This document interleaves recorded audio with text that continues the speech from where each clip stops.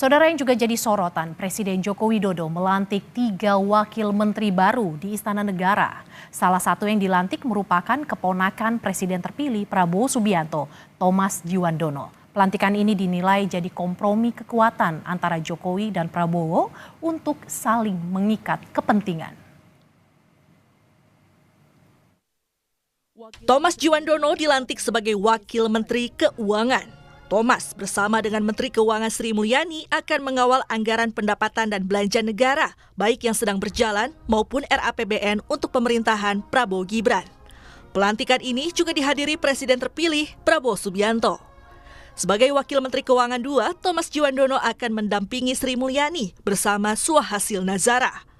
Usai dilantik, Thomas Djuwandono mengaku ia dipersiapkan untuk transisi pemerintahan. Thomas menyebut akan menyelaraskan program Presiden terpilih Prabowo Subianto dengan anggaran yang ada saat ini.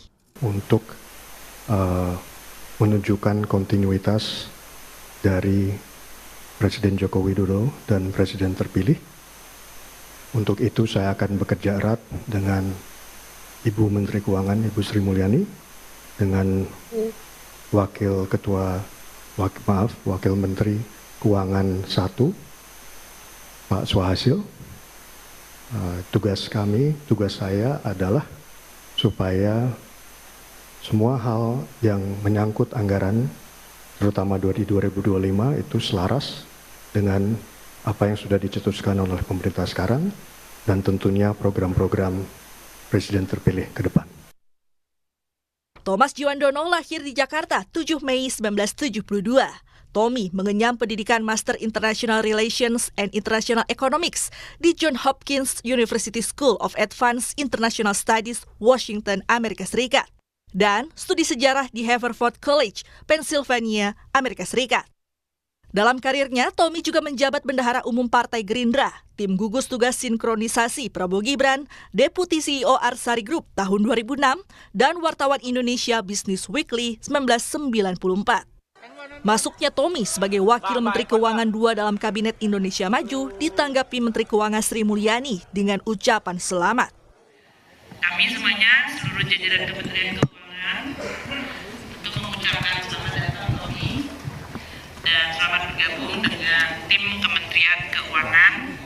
Kita siap bekerja bersama dalam mengelola sebagai bendahara negara, keuangan negara Republik Indonesia. Tentu tujuannya adalah untuk mencapai Indonesia maju, adil, dan makmur, sejahtera. Tak hanya melantik keponakan Prabowo, dalam waktu yang bersamaan Jokowi juga melantik politisi Gerindra Sudaryono jadi Wakil Menteri Pertanian. Saat ini, Sudaryono menjabat Ketua DPD Partai Gerindra Jawa Tengah. Sudaryono juga pernah menjadi asisten pribadi Prabowo dan kini menggantikan posisi Harfiq Hasnul Kolbi sebagai Wamentan.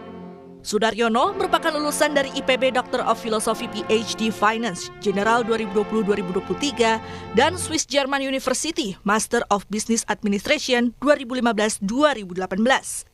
Dalam karirnya, Sudaryono merupakan CEO Garuda TV 2018 sampai sekarang, Ketua Umum Asosiasi Pedagang Pasar Seluruh Indonesia APPSI 2021 sampai sekarang, Ketua Dewan Pembina DPP Pedagang Pejuang Indonesia Raya atau PAPERA 2021-2025.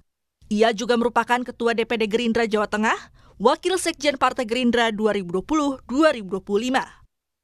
Usai dilantik, Sudaryono menyebut akan mengawal program ketahanan dan kedaulatan pangan di Indonesia. Tentu saja pertanian adalah sektor yang sangat penting menyangkut kedaulatan dan ketahanan pangan kita. Ketahanan dan kedaulatan bangsa kita salah satunya ada di sektor pangan. Oleh karena itu tentu ini menjadi sebuah tugas yang tidak ringan, sebagaimana telah dicanangkan oleh Presiden Jokowi dan sudah dilaksanakan sampai dengan hari ini, dan tentunya akan terus dilanjutkan dan ditingkatkan oleh Presiden terpilih kita, Bapak Prabowo Subianto, dalam kaitannya kemandirian, ketahanan, dan kedaulatan pangan bagi bangsa kita. Nama lain yang juga dilantik adalah Yuliot Tanjung yang dilantik menjadi Wakil Menteri Investasi. Yuliot merupakan ASN di Kementerian Investasi atau Badan Koordinasi Penanaman Modal BKPM sebagai PLT Deputi Bidang Pengendalian Pelaksanaan Penanaman Modal BKPM.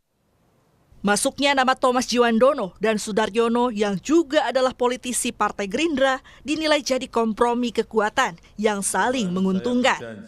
Pengamat politik Ujang Komarudin menilai Prabowo dan Jokowi tengah menjalankan politik akomodasi untuk saling mengikat kepentingan, baik saat ini maupun ketika Jokowi tak lagi menjabat sebagai presiden.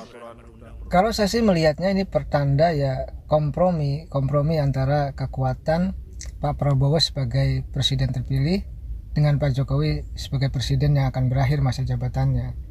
Oleh karena itu ya perlu politik akomodasi bagi orang-orangnya Pak Prabowo untuk katakanlah dilantik lebih dulu, lebih awal di kabinet Pak Jokowi menjadi wakil menteri. Jadi ya apa bergainingnya, komprominya? Ya tentu ya pemerintahan nanti berjalan dengan mulus, berjalan dengan baik, berjalan dengan aman, sehingga nanti pun ketika Pak Jokowi misalkan punya keinginan, punya titipan gitu kepada pemerintahan Prabowo yang baru, ya bisa saja diakomodir oleh Pak Prabowo. Jadi ya politik saling menguntungkan satu sama lain antara Pak Jokowi dengan Pak Prabowo, saling mengikat kepentingan, saling mengikat janji untuk ya saling menguntungkan satu sama lain. Bertambahnya wakil-wakil menteri, terutama wakil menteri keuangan yang kini dijabat oleh 2 orang, tak hanya soal kemulusan transisi antar pemerintah, tapi juga perlu diuji efektivitasnya, terlebih di masa jabatan Jokowi yang tersisa 3 bulan lagi. Tim Liputan, Kompas TV.